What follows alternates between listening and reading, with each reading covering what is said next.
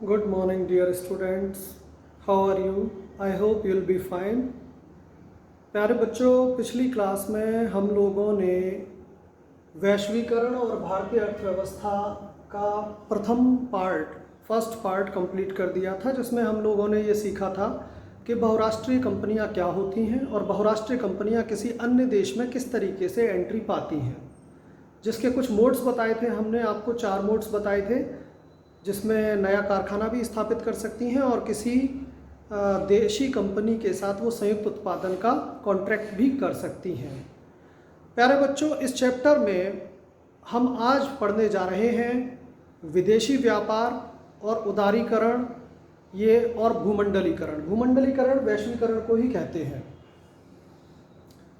पिछली क्लास में हमने आप लोगों को बहुराष्ट्रीय कंपनियों के बारे में बताया और उनके बारे में हमने आप लोगों को ये बताया कि Adidas, Reebok, Domino's, KFC, Ford, ये सब बहुराष्ट्रीय कंपनियां होती हैं। और जो कंपनी एक से अधिक देशों में अपना बिजनेस कर रही हो उन्हें बहुराष्ट्रीय कंपनी कहते हैं। प्यारे बच्चों, विदेशी व्यापार भी इसी को कहा जाता है। विदेशी व्यापार क्या है, आज हम ये समझेंगे। विदेशी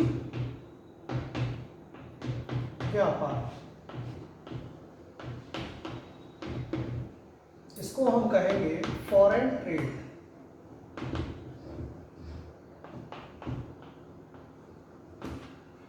फॉरेन ट्रेड क्या होता है? विदेशी व्यापार। विदेशी व्यापार से आप लोग क्या समझते हैं? विदेशी व्यापार से सिंपली मतलब ये होता है कि जब भी कोई देश किसी अन्य दूसरे देश से कोई सामान खरीदता है तो वो विदेशी व्यापार कर रहा होता है, या कोई अन्य देश अगर हमारे देश से कोई सामान खरीद रहा है तो भी वह विदेशी व्यापार कर रहा है। विदेशी व्यापार के प्यारे बच्चों 2 पहलू होते हैं, एक आयात और दूसरा निर्यात।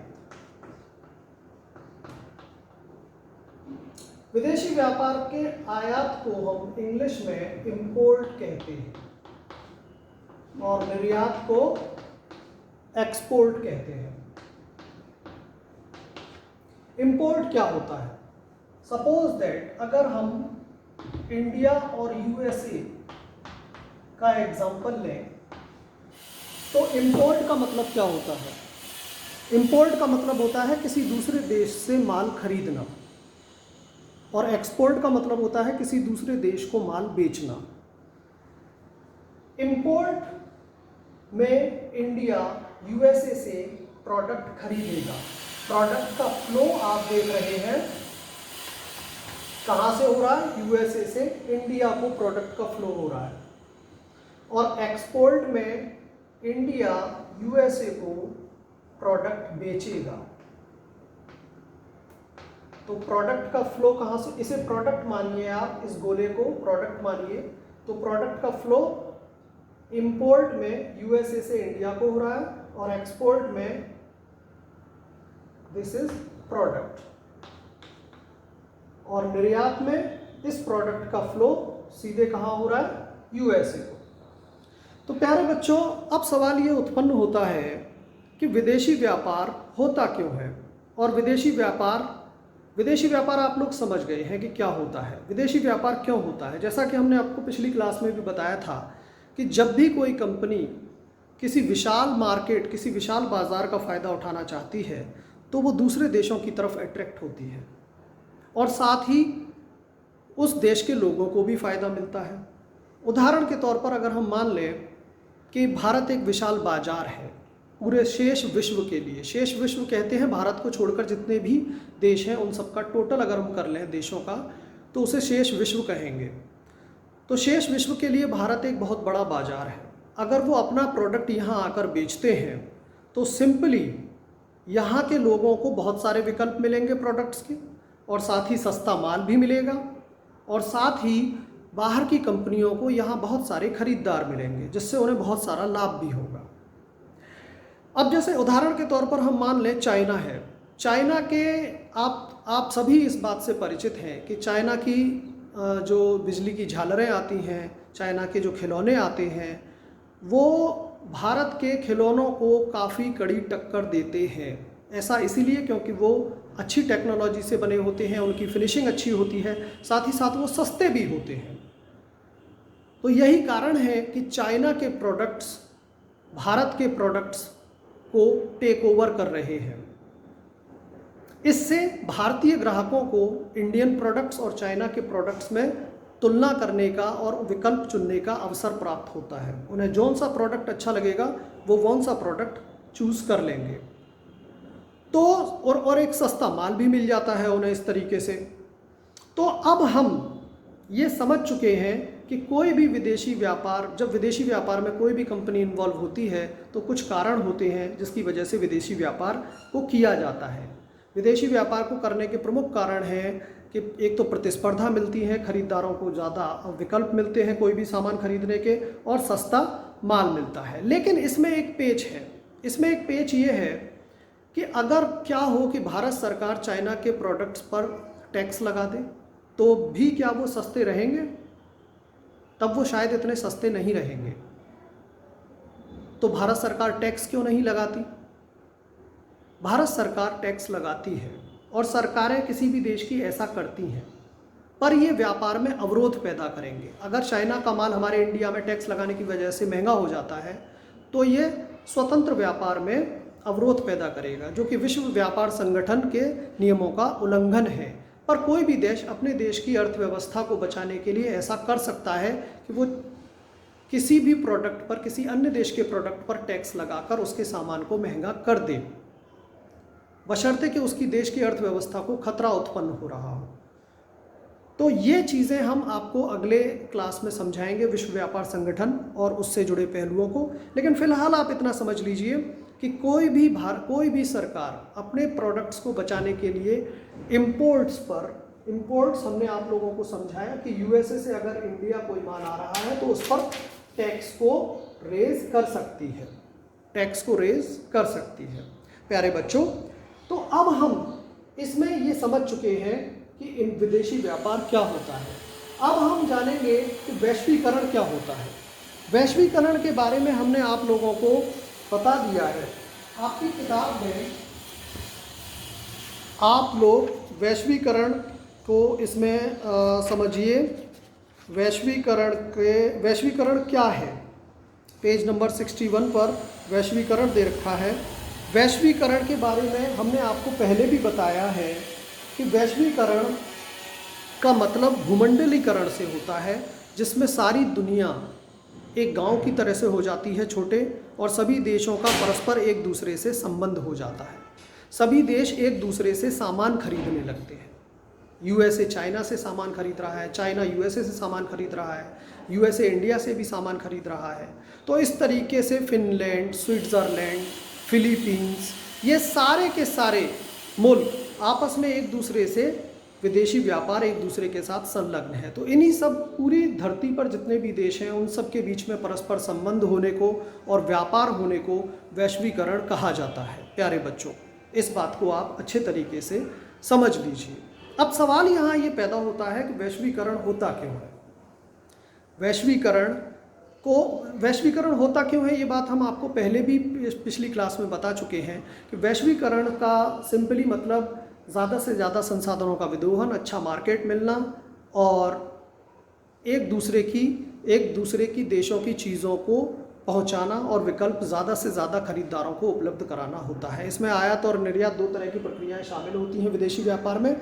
अब सवाल यहाँ ये है कि भूमंडलीकरण जो होता है उसमें आपकी किताब में एक बहुत ही अच्छा जो एग्जाम्पल दे रखा है, हम उसको डिस्कस करेंगे बाद में। लेकिन पहले हम बता दें कि वैश्वीकरण को संभव बनाने वाले कारक क्या होते हैं। वैश्वीकरण हुआ, सभी देश आपस में मिल गए, सभी देशों में आपस में संबंध स्थापित हुआ, पर वैश्वीकरण को संभव बनाने वाले कारण कौन से हैं? वैश्वीकरण के बारे में हम लोग पढ़ेंगे। देखिए,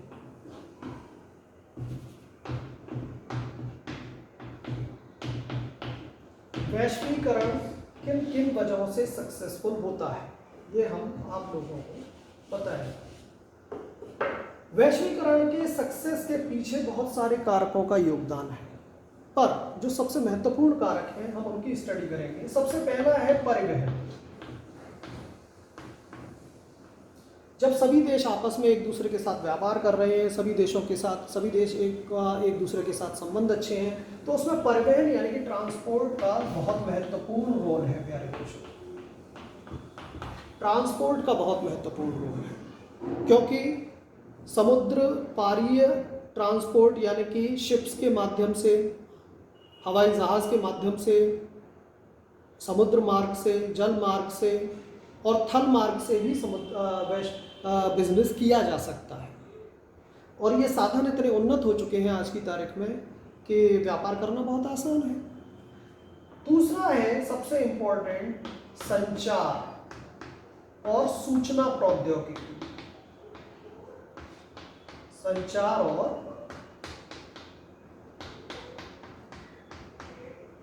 सूचना प्रौद्योगिकी यानी कि कम्युनिकेशन एंड इंफॉर्मेशन टेक्नोलॉजी। आप सभी लोग इस बात से अवेयर हैं अच्छे से कि कम्युनिकेशन कितना डेवलप हो चुका है। 4G, 5G, internet, fax, email, ये सब कितना डेवलप हो चुका है। पहले बहुत समय थे, वो गॉन आर द डेज जब किसी भी लेटर को पहुंचने में 3 दिन लगते थे, और अब भी 3 दिन लगते हैं। 25 दिन लग जाते थे किसी भी लेटर को पहुंचने में, पर अब तो एक ईमेल है जो कि सेकंड्स में यहाँ की ईमेल यूएसए पहुँच सकती है, यूएसए की ईमेल यहाँ आ सकती है। तो संचार इतना सुगम हो गया है जिसकी वजह से विदेशों में व्यापार करना आसान हो गया है। विदेशी व्यापार और वैश्वीकरण में कंफ्यूज मत हो जाइएगा। विदेशी व्यापार एक देश से दूसरे देश में माल खरीदना या बेचने को कहते हैं, और वैश्वीकरण का मतलब ये है कि जब दुनिया के समस्त देश आपस में विदेशी व्यापार में संलग्न हो, संबंध स्थापित हो उनके आर्थिक, राजनीतिक, सामाजिक, तो इसको हम भूमंडलीकरण या वैश्वीकरण कहते हैं। जब पूरी दुनिया के समस्त देश आपस में प्राइमरीली, मुख्य रूप से आर्थिक रूप से जुड़े हुए होने चाहिए, और जब प्रोडक्ट्स एक दूसरे से इधर उधर जाते हैं तो उनके साथ सामाजिक वैल्यूज़ और कल्चरल वैल्यूज़ भी जाती हैं दूसरे देश में। तो ये बात आप समझिए। प्यारे बच्चों, वैश्वीकरण आप लोग समझ गए हैं, और भी अब लेकिन हम जो नेक्स्ट इम्पॉर्टेंट टॉपिक है हम उसको समझेंगे। वैश्वीकरण आप समझ गए हैं, अब जो नेक्स्ट टॉपिक हम समझने जा रहे हैं उसे हम कहेंगे उदारीकरण, और इसका वैश्वीकरण से क्या लिंक है। उदारीकरण, इसको इंग्लिश में हम लिबरलाइजेशन कहते हैं। क्या होता है लिबरलाइजेशन और इसका वैश्वीकरण से क्या लिंक है? आप लोग इस बात को समझिए कि जब विदेशी व्यापार होता है तो बहुत सारी बाहर की कंपनियां, जैसे सपोज दैट भारत में आ जाएंगी। इससे क्या होगा कि भारत के जो बिजनेसमैन हैं वो यहाँ कंपटीशन नहीं कर पाएंगे यहाँ बाहर के प्रोडक्ट से। वहाँ की तकनीक उन्नत है, तो क्या हमारे यहाँ के बिजनेसमैन फ्लॉप हो जाएंगे, फेल हो जाएंगे बाहर वालों के सामने? तो नहीं बच्चों, ऐसा करने के लिए सरकार तमाम तरीके के प्रतिबंध लगाती है। 1991 से पहले भारत ने उदारीकरण की जो नीति अपनाई थी वो जुलाई 1991 में अपनाई थी। तो हम इस युग को 2 भागों में बांट सकते हैं। सबसे पहला नो लिबरलाइजेशन और यस लिबरलाइजेशन। इसको आप सिंपल तौर पर समझिए, ये बीच में डिवाइडर लाइन है। 1991 से पहले भारत के पास उदारीकरण की नीति नहीं थी। उदारीकरण का मतलब सिंपली होता है कि बिजनेस करने के लिए जो नियम होते हैं, उपनियम होते हैं, जो माहौल होता है, उसको प्रतिबंधात्मक बनाना, सख्त बनाना, जिससे कि बाहर के बिजनेसमैन दूसरे अन्य मुल्कों को यहाँ आना संभव ना हो सके। और ये इंपोर्ट एक्सपोर्ट दोनों पर लागू होते हैं ये नियम और उपनियम। इतने सारे नियम और उपनियम लगा दिए जाते हैं सरकारों द्वारा कि बाहर के मुल्कों के ये प्रोडक्ट्स हमारे यहाँ आकर हमारे देशी व्यवसायियों को नुकसान न पहुंचाए, वो अपना व्यापार करें। 1991 से पहले जब भारत आज़ाद हुआ था, इंग्लैंड का जब उपनिवेश था भारत, तो उस समय भारत की कमर टूट चुकी थी। हैवी निर्माण उद्योगों का करना, हैवी इंडस्ट्रीज़ की वजह से हमें अपनी बुनियाद मजबूत करनी थी। ऐसे में अगर हम बाहर के लोगों को परमिट कर देते तो हमारे इंडिया की जो जड़ें हैं वो मजबूत नहीं हो पाती।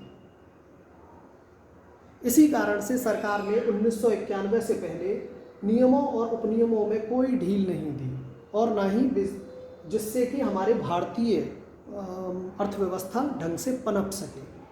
प्रतिस्पर्धा के हम योग्य नहीं थे 1991 से पहले, लेकिन 1991 तक हम लोग काफ़ी योग्य हो गए। हमारी हैवी इंडस्ट्रीज़, स्टील की, हैवी मशीनरी की इंडस्ट्रीज़ इतनी पावरफुल हो गई। कुछ चुनिंदा, हाँ 1991 से पहले भी कुछ चुनिंदा चीज़ों जो ज़रूरी थी उनको मंगाने की हमें छूट थी, पर प्रतिबंध ही थे बाहर के लोगों के लिए। पर जब सरकार को ये महसूस हुआ कि 1991 तक हम लोग सशक्त हो चुके हैं बाहर के कंपटीशन के लिए, तो 1991 में उन्होंने उदारीकरण की नीति अपना ली। उदारीकरण जैसा कि नाम से स्पष्ट है कि नियमों और उपनियमों में काफ़ी छूट दी गई, बाहर के लोगों को, बाहर के निवेश को आने की परमिशन दी गई, जिसकी वजह से अब यहाँ बहुत सारे आप देख सकते हैं बाहर के प्रोडक्ट्स हमारे यहाँ आसानी से मिल जाते हैं। पर ये 1991 से पहले ये स्थिति नहीं थी, क्योंकि हमें अपने देशी बिजनेसमैन को जीवित रखना था, प्रतिस्पर्धा के उन्हें लायक बनाना था। लेकिन अब 1991 के बाद से वो प्रतिस्पर्धा के लायक बन गए हैं, और अब आप देखते हैं कि बाजार में बहुत सारे विदेशी प्रोडक्ट्स मिल जाते हैं आपको ईजीली, और आपको चुनने का विकल्प भी प्राप्त हो जाता है कि आप इंडियन प्रोडक्ट को लें या फॉरेन प्रोडक्ट को लें। तो ये सब चीज़ें आप समझिए। नेक्स्ट चैप्टर में हम बताएंगे कि विश्व व्यापार संगठन क्या होता है और विश्व व्यापार संगठन का निर्माण क्यों हुआ और वैश्वीकरण में उसका क्या योगदान है। इन सब टॉपिक्स को आप अच्छे से समझिए। मैं आप लोगों को टाइम टू टाइम भेज रहा हूँ प्रश्न उत्तर, उनको भी अपनी फेयर कॉपी पर नोट करिए, और हम अगली क्लास में मिलेंगे। और अगर कोई भी सवाल हो तो आप बेझिझक ग्रुप पर या फ़ोन करके मुझे पूछ सकते हैं। Thank you.